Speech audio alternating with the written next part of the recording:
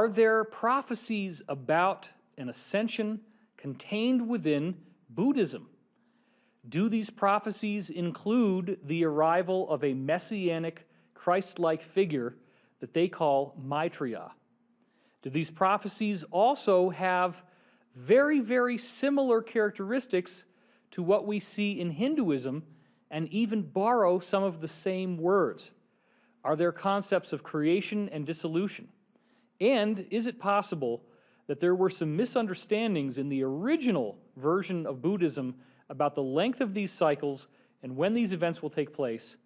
And is it also possible that when Padmasambhava, the second Buddha, arrived in Tibet, that he actually showed us how to ascend and demonstrate it, and had 160,000 other people do as well with their rainbow body teachings?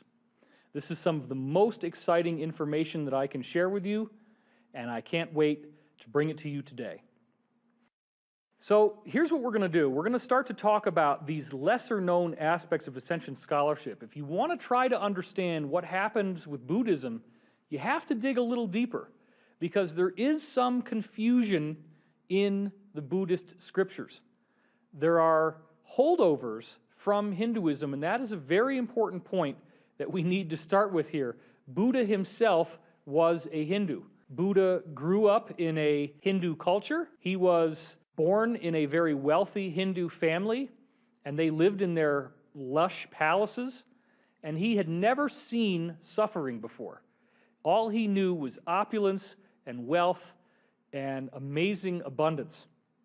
And then he grew disillusioned, and this is interesting. It's an archetype that seems to strongly parallel the story of the creation of the universe itself, where the universal creator had everything it could ever want, but which we would now call planes of existence, and then galaxies in those planes of existence.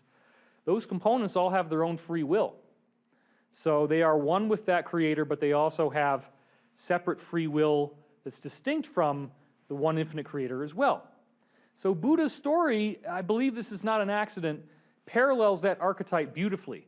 He goes out into the world and he experiences and he sees suffering, something he had never seen before. He's looking at these people who are impoverished, who are starving, who are hungry, and he didn't even know that such a thing was possible. He'd grown up his whole life in pure abundance. So that created his amazing awakening experience, where he meditates under a tree, the so-called Bodhi tree, and has these great realizations about the nature of human existence, and it is rooted in the idea that we are suffering when we are here, and he called that samsara, and that there is a key to overcoming suffering, which is to see that this is only an illusion. We're not living in a truly manifest world. There is some greater identity that we're all a part of, and that greater identity is what he would call nirvana. And so the nirvana is the state that you can aspire to in meditation, and if you stay in that state long enough, if you stay meditative long enough, then you no longer need to suffer. You've discharged your karma. Karma is a Buddhist concept. It also is a Hindu concept, but it carries over into Buddhism, as do many, many Hindu things. So that is a really important point. These Hindu scriptures heavily influenced Buddhism as we now know it. So I want to quote to you now from this journal from April 1974. It was the Philosophy East and West Journal. The article is called "The Buddhist Conception of Time and Temporality" by David J. Kalupahana. And so what we're going to see here is very, very important stuff. I'm just going to give you some bullet points from it. The Hindus' word for time is kala. And in the Hindu concept of time, time is seen as not only being the cause of the universe, time caused the universe, but it is also an all-pervading principle that governs everything in the universe. Now that is quite a meditation in and of itself. And it actually mirrors nicely with Kozyrev and Russian physicists, as I've talked about in older episodes of this show. Time governs the universe, and time is an all-pervading principle that the whole universe is formed from. The universe is an illusion made of time. Time somehow runs things, and of course in Hindu scripture it's all about cycles, and those carry over into Buddhism as well. So let's keep reading. The Jains, which came after the original Hindu text but before Buddhists, the Jains and others later saw time as one of the causes that are actually determining the course of natural phenomena. So the Jains would look at things like how plants are growing, and they would see all growth as a product of time. Growth is something that occurs because of time, and therefore time is propelling growth. Natural phenomena, things growing and evolving, is a product of time moving through them. It's a very interesting realization, and guys like Dr. Nikolai Kozyrev and the whole Russian physics branch, they really have stuck to that and even extended on that theory and that model well beyond what we see in Hinduism and Jainism, because they did it with science. But let's keep reading. This is really interesting stuff.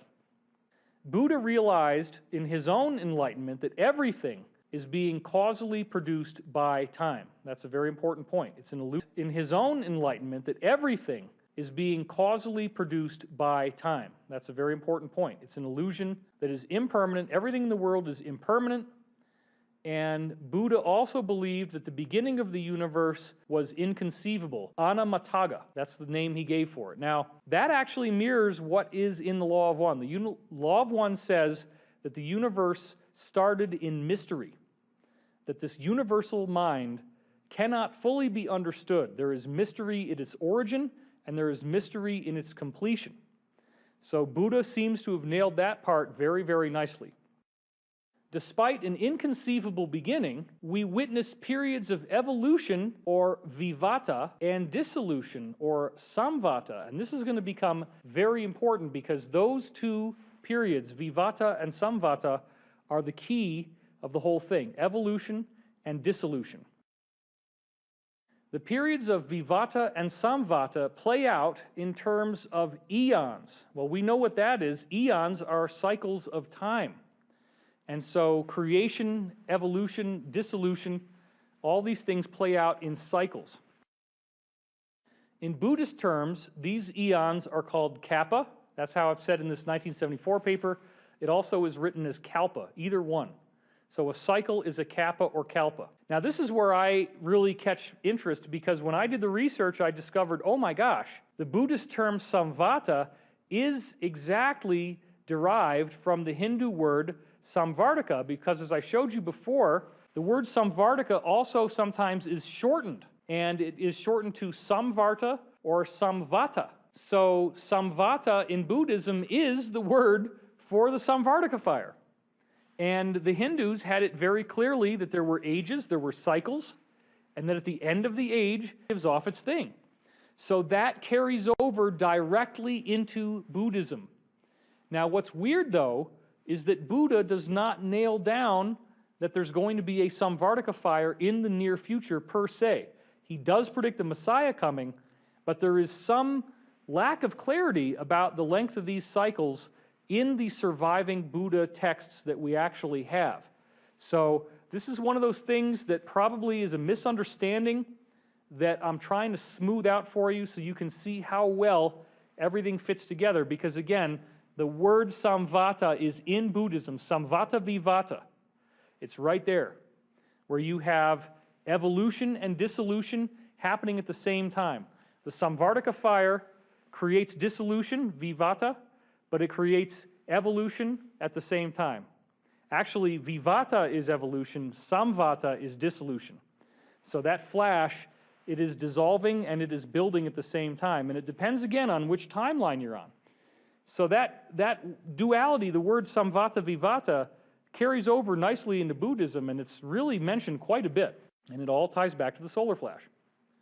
The largest kappa in Buddhism is the Mahakappa, also called the Mahakalpa, and this appears to be what we would call the 25,000-year cycle.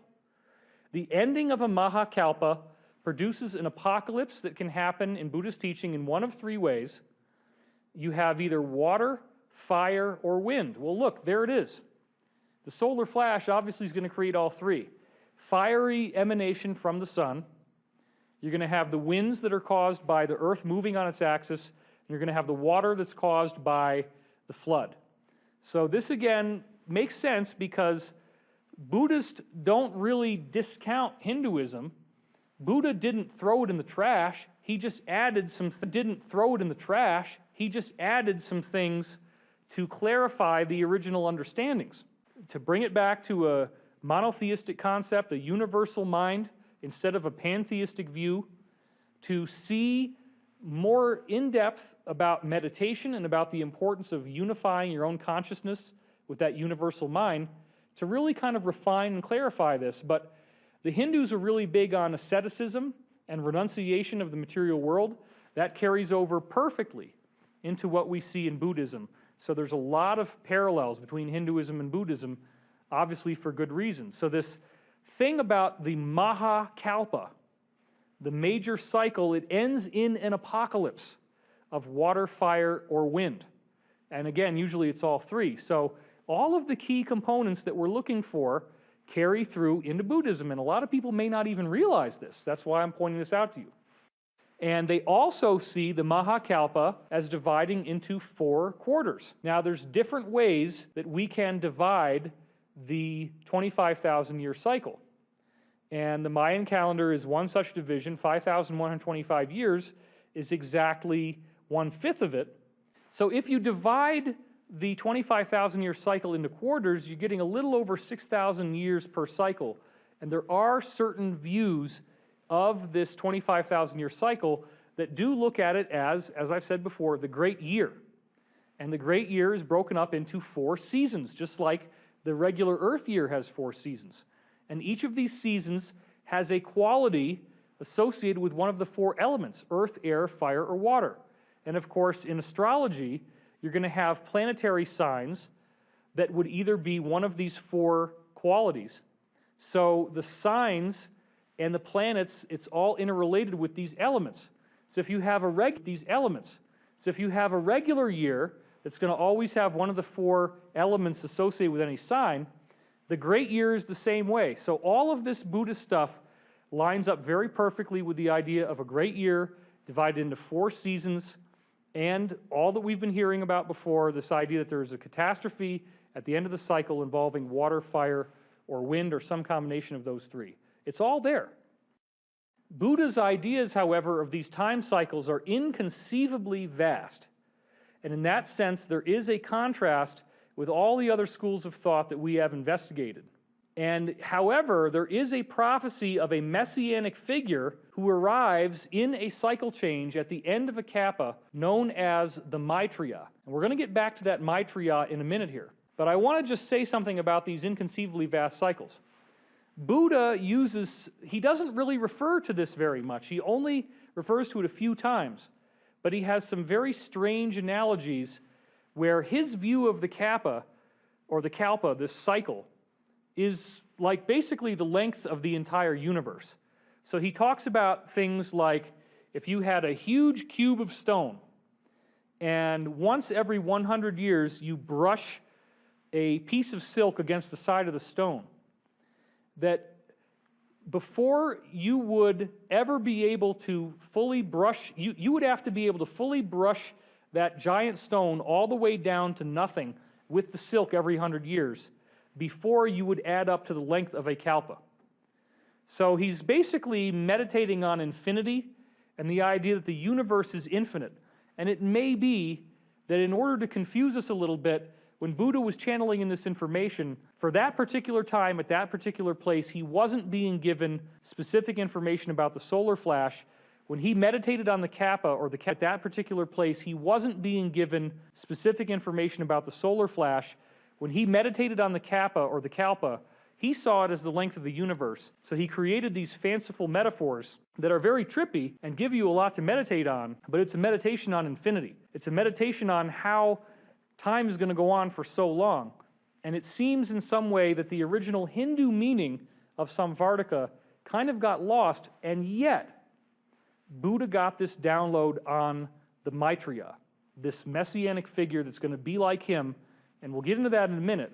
But I want to explore now a little more detail on this Samvata Vivata principle and how it carried over. And we're going to look at this book from 1905, the Pali English Dictionary by Davids and Seed. And we're going to look specifically at their definition of the term Vivata. And their term for vivata is rolling back with reference to the development of the world, or the eons kappa. So this rolling back, again, you got to think about this in terms of a big, big event. Rolling back is a literal translation of Asian language, but it's a very, very big concept. It's literally the rolling back of the veil. Vivata is evolution, it is creation, it is new birth. The rolling back of the veil means you're no longer veiled from knowing that you have a soul, from knowing that you've had multiple lifetimes, from knowing that there is a one infinite creator, and from having a direct personal experience of that one infinite creator in your being. The veil is rolled back, and this again is tied in with the word samvata, which is the flash from the sun. It is used to denote a devolving cycle or devolution, whereas vata alone, or samvata, denotes including Hinduism. They talk about the breath of the compassionate or the breath of the divine. There is this idea that the human body is holographic to the cosmos, and therefore we have a heart in our body that beats, and it expands and contracts. And that expansion and contraction pumps lifeblood through the body, which is essential for our survival. And it is the fact that holographically the universe is doing this. There are cycles within all things. Atoms are pulsating in much the same way. And as we're going to see in later episodes, stars are pulsating. They actually get larger and smaller in a regular breath-like motion, which we can measure. We know this is happening. And that is a very important point. All of the sacred geometry that I've been talking to you about in previous episodes is ultimately a pattern in 3 dimensions, like the dodecahedron, which is 12 pentagons. Those patterns exist in water. If you have water and you vibrate it with the sound frequency, you get these beautiful geometries, and that's Dr. Hans Jenny, the science of cymatics, which I've talked about here many times. So you get these 3-dimensional shapes, but the way that you're ultimately going to create those is by a central oscillator. In the center of wherever this bubble of fluid would be, you have one little guy, this little sphere that's expanding and contracting. That's the breath. That's what they're calling in Buddhism sambhata vivata. It gets larger and smaller, larger and smaller. The waves then create interference patterns, which are that geometry, these force fields. The geometry is simply a sound wave, but the origin of the wave is a breath-like motion. So all of this gets back to sacred geometry, and I've showed you before in Tibetan Buddhism that they have mandalas. They say the universe was formed this way, and they're talking about the breath. So clearly, some type of advanced extraterrestrial intelligence was at work here. So clearly, some type of advanced extraterrestrial intelligence was at work here, because now we know that this is how that geometry is made, and the geometry the Tibetans showed us is the same geometry now being discovered by these guys from Caltech when they see what all quantum mechanics in the universe is emanating from. That there's one little Merkaba, and the entire universe is just an emanation from that one geometry. That means it's breathing. So the Buddhists totally nailed that down. That's Buddha's meditation. He really was onto something here. Let's keep reading this definition now. Thus, as periods of the world, samvata vivata, these 2 terms practically mean the same thing, and here's the key: they may both be interpreted in the sense of a new beginning. So remember, Buddha inherited the term samvata from Samvartika fire, and that term means a new beginning, the rolling back of the veil. The sun does its flash, there's some sort of release of energy that rolls back this knowledge that we were kept hidden from. We now see the truth for the first time. We understand that we are immortal. We understand that we have everlasting life as a soul, and ultimately that we are part of one cosmic identity. And samvata and vivata, evolution and dissolution, they all happen at the same time. It's all part of the new beginning of the earth. And remember, this is in the Buddhist dictionary that we're getting this from. Now let's continue. We sometimes find vivata in the sense of renewal and samvata in the sense of destruction, where we should expect the opposite meaning for each. So both terms have them inside of one another. Vivata is both renewal and destruction. It's the giving of life and it's the taking away of life. Samvata is destruction and renewal. And it all, again, ties in with this solar flash that Samvartaka fire goes into great detail about. Wait a minute, Nibbana, yes, that is the same word as nirvana. And it's just how it was anglicized. The original word is nibbana. But then English-speaking people said, oh, nirvana, yes. So you can see how these kind of misunderstandings took place. The word nibbana, though, doesn't seem to have the same oomph that nirvana does to us because we've heard the word nirvana said so much. But the idea here is that this vivada, when the sun does this, when samvata leads to vivada, leads to this new creation, it is the absence of samsara. That veil that keeps us in samsara, as Buddhist describes it, that's taken away. And what you're left with is a state of nirvana. So that's really cool because Buddha's twist on the solar flash is that it propels us into what he calls nirvana. That is the key of the samvata vivata experience. Now we're going to quote from the Pali Canon Buddhist Dictionary because we get a little bit more on vivata that's important here. In this case, it says it is the absence of the cycle of existence, the standstill of existence, another name for nirvana or nibbana. So the absence of the cycle of existence, the standstill of existence, well, wait a minute. Yes, just like we saw in the Muslim scriptures in the previous episode, it is where time stands still. Time comes to a halt. So once again in Buddhism, we get the same thing. There is no more time as we know it. Nirvana is a timeless type of state. And that's really cool. The absence of the cycle of existence. We're no longer feeling it the same way that we did before. So now, as I've been saying, samvata vivata could be another term for that solar flash. And the Maitreya, Buddha predicted, would appear at the end of the same way that we did before. So now, as I've been saying, samvata vivata could be another term for that solar flash. And the Maitreya, Buddha predicted, would appear at the end of the cycle. So he totally nailed the same thing that the Zoroastrians called the Saoshyant. Now, this again, some of this came from Wikipedia, but it's all very clear. Maitreya is a bodhisattva, which is an enlightened being, who will appear on earth in the future. This is in several Buddhist texts where Buddha predicts this, that Maitreya will achieve complete enlightenment and he will then teach the pure Dharma. In some Buddhist literature, such as the Amitabha Sutra and the Lotus Sutra, the Maitreya is also referred to as Ajita. Now, before we go any further, let me just be clear that many individuals, going back for well over 1,000 years, have tried to say that they are the Maitreya. It's a very common thing for people to try to say that they are a messianic being. It's also a common element of schizophrenia. In fact, it's so common that they call it Christ complex, and it's normal for a schizophrenic to believe that they are some kind of world messianic savior. So you're probably going to see people out there trying to say they're the Maitreya. I would take that with a grain of salt because the original Buddhist description of this would be a being who would have all of the cities, all of these amazing magic powers ready to go. Let's keep reading now. The prophecy of the arrival of Maitreya, this is what Buddha set it out to be, refers to a time in the future when the Dharma will have been forgotten by most people in the terrestrial world. Well, that absolutely fits with exactly the time that we're in now. So this is an example where Buddha's insight, in my view, tuned into who we are and where we are right now and exactly what's going on. And the name Maitreya is derived from the Sanskrit word Maitri, or loving kindness, which is in turn derived from the noun mitra, or friend. So Maitri, to be loving, to be friendly, and to help us understand this new way of being.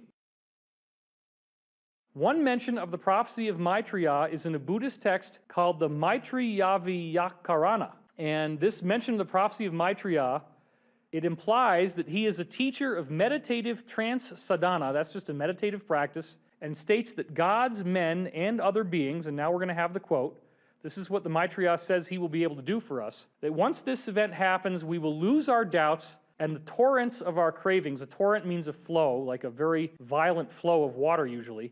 The torrents of our cravings will be cut off. We lose doubt. We're not craving material world anymore. Free from all misery, we manage to cross into the ocean of becoming, That sure sounds like ascension. And as a result of Maitreya's teachings, they will lead a holy life. No longer will they regard anything as their own. They will have no possessions, no gold or silver, no home, no relatives. So this is interesting. Now, it kind of sounds like John Lennon's song, Imagine.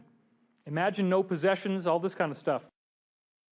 I'm not saying that relatives are bad, okay? Let's just be clear on this. But what it is prophesizing is that we are so awakened into the heart of who and what we are that everyone becomes like our family. Everyone is in love with everyone. Nobody hates anybody, and that is very consistent with how the Law of One describes the post-harvest or post-ascension world. That in that world, it is just incredibly blissful, compassionate. And so Buddha was definitely given the download. He had the right terms. He had Samvata Vivata. He had the Kalpa, the cycle, the Mahakalpa that ends with a fiery event.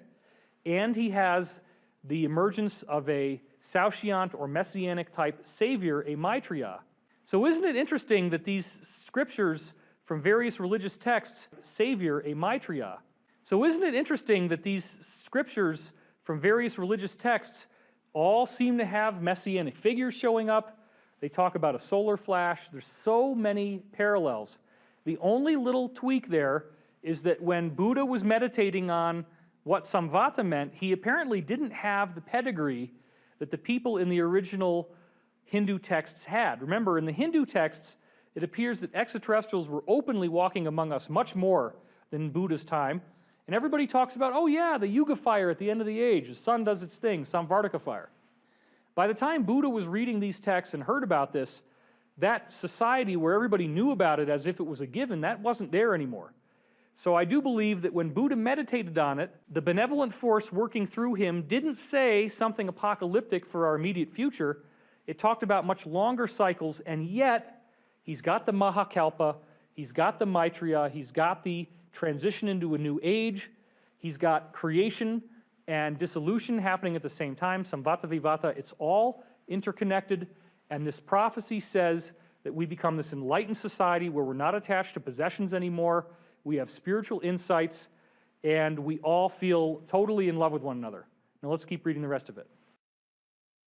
But they will lead the holy life of oneness under Maitreya's guidance. They will have torn the net of the passions. They will manage to enter into positive trance states, spiritual trances, and theirs will be an abundance of joy and happiness. For they will lead a holy life under Maitreya's guidance. That sounds very good. And then, as this text goes on, this is not from Buddha anymore, but this is from the text that was writing about it. Maitreya is said to reside in the Tushita heaven, which is Tusita in Pali. And the Tusita heaven is said to be reachable. Gautama Buddha also lived in the Tushita heaven before he was born into this world. He was already in the ascended realms. All bodhisattvas live in the Tushita heaven before they descend into the human realm to then become Buddhas. So that is where nirvana comes from. That is the whole concept. And I don't really think that we got the full Buddhist download until the time of Tibet.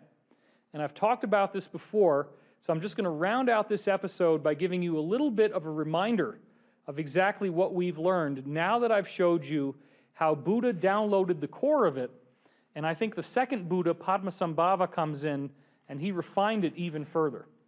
So as I've said to you before, Padmasambhava is a being who clearly seems to be drawn as having penciled on a mustache, possibly penciled on his eyebrows, and he very clearly is never shown without a hat on, so he might not have any hair.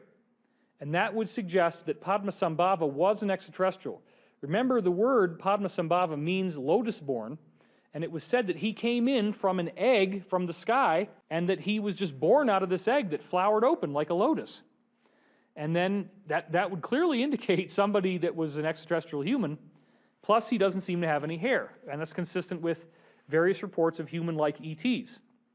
Also, in the cave where Padmasambhava meditated and achieved enlightenment, he pushed his hand into the rock, as I showed you in previous episodes, and it very undeniably is a six-fingered hand. And that is totally consistent with the beings that we saw in the Roswell crash. So Padmasambhava may very well have been from the same group of ETs that crashed in Roswell. They have 6 fingers, they look sort of like us, but they don't have eyebrows, they don't have hair on their heads, and the ETs that crashed in Roswell.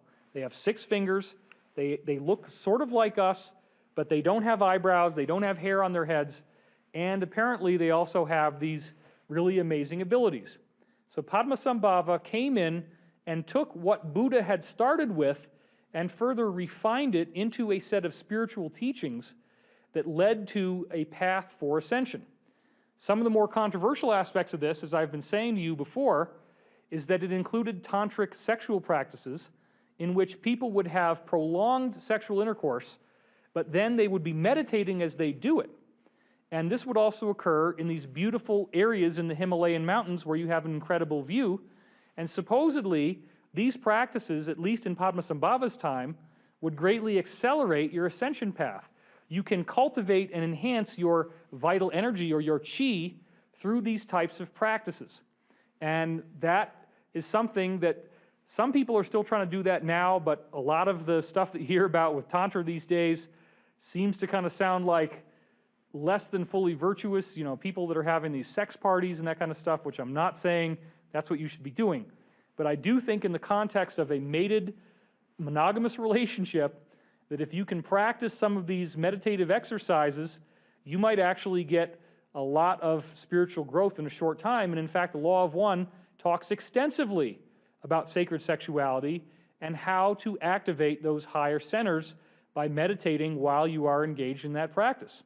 So there's a lot of nice parallels here. So the Tibetans were able to hear what Padmasambhava had to say, and they actually got so spiritually activated by following his practices that they were literally flying around in groups. People were seeing groups of human beings literally flying through the air like a flock of birds. Padmasambhava did incredible things. As I said before, he could do these manifestations where he would merge rock in such a way that forms would emerge from the rock like a sculpture. He could do it spontaneously, handprints, footprints in the rocks, all that kind of stuff. And there was also a lot of this mentioned in my book, The Ascension Mysteries. That is something that brings it all back around, these teachings of ascension, something that everybody should be aware of. What I wrote in there, really, I've never seen anything else like it. The cosmic history of our solar system, the science of ascension, and the first half of the book is deceptively simple because I talk about what I went through as a soul to become aware of the spiritual truth. And so I start out as a very spiritual kid, but then I fall really deep into the darkness. And I do that on purpose so that if somebody is going through a dark night of the soul, even if it's as dark as mine, you might still be able to then see how much more you could ascend through that. And I do believe that in Buddhist teaching and everywhere else, we're born into a world of suffering. We have to go through suffering before we learn to transcend it. And so even when you're in what appears to be the darkest and the most confusing and scary part of your life, you can still come out the other side. You can still evolve. Every soul is ascending. Every soul is ultimately going to return to the oneness. Nobody ever gets lost. Nobody ever gets trashed or dumped by the universe or abandoned. We're all on a path. And there's always helpers that are trying to guide us to get to the next level. So some people say, oh, David just wanted to talk about himself. I did not want to write about my personal stories like I did. That was very painful. It was very traumatic. I only just now, in the last week, went back and reread the first half of the book, and I was able to do it without getting triggered because I've now processed those memories enough. But the point is, we're all emotions. You stay in a meditative, loving consciousness, and the Tibetans have said, if you can spend 13 years having nothing but a loving thought, you get to ascend whenever you want. Obviously, that's not going to happen to most of us. That's not how this game is usually played. So as I was saying, the book by Namkhai Norbu is the first book that turned me onto this, Dream Yoga and the Practice of Natural Light, where they talk about this rainbow body activation. You meditate on this, which is called the Tigli, and that's part of what you do. You concentrate on that symbol, which is the Sanskrit vowel ah. You actually tone that sound. And another really, really key point worth reminding us of is that Father Francis Tiso, on behalf of Institute of Noetic Sciences actually traveled to Tibet and witnessed a man in modern times today, this man, Khenpo Achos, actually transforming into a rainbow body. And you leave behind this little ashy figurine, and in previous episodes I showed you many of those. There's lots of footprints you can see all throughout Tibet, allegedly of masters putting their feet into rock. They are able to do that once they reach a high enough vibration. I'll show you just a few of them again right here.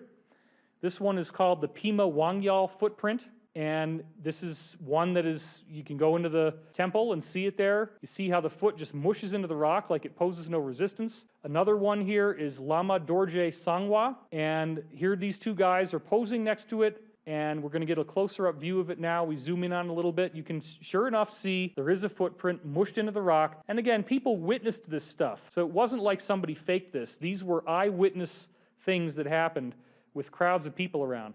Another one is from Milarepa Buddha, and you can see it right here. The Milarepa footprint, again, that looks kind of smaller, but it's the same idea, the footprint in the rock.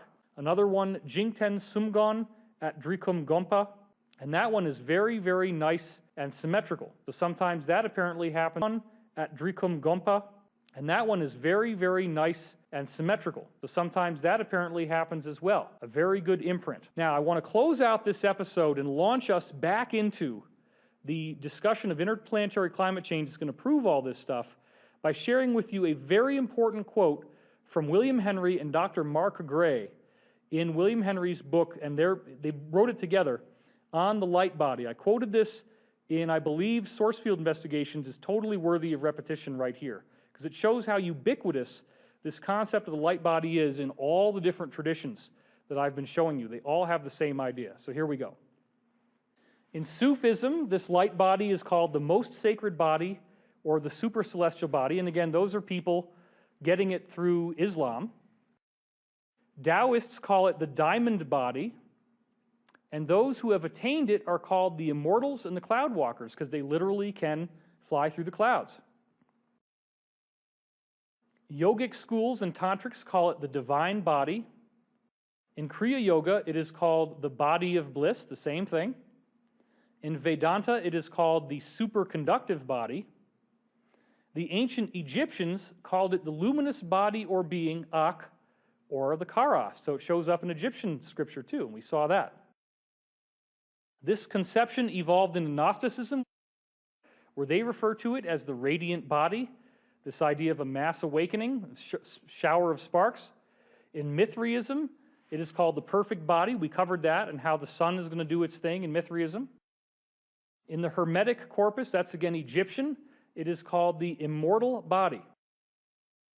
In the alchemical tradition, the emerald tablets refer to it as the golden body. Okay, so now, after all this time and all these prophecies, there's a lot more prophecies.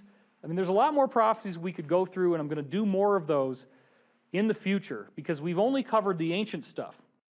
But first, before we do the more modern prophecies of ascension, I'm going to take you through a module now, a series of episodes, where I'm going to show you all of the scientific proof that we need to establish that there is an interplanetary climate change going on. The sun, the Earth, the Moon, Mercury, Venus, Mars, Jupiter, Uranus, Neptune, Pluto, you name it, they're all doing outrageous, outrageous things. And this together, this body of evidence is absolutely incontrovertible proof that the solar system is going through an energetic state. We started to talk about the work of Dr. Alexei Dmitriev before, but that was Russian science. I went back and I found all of that data in NASA. So we're going to be getting into that interplanetary climate change and all of the amazing scientific details coming up next time here on Wisdom Teachings, where I am bringing you the knowledge you need that will set you free. Thanks for watching.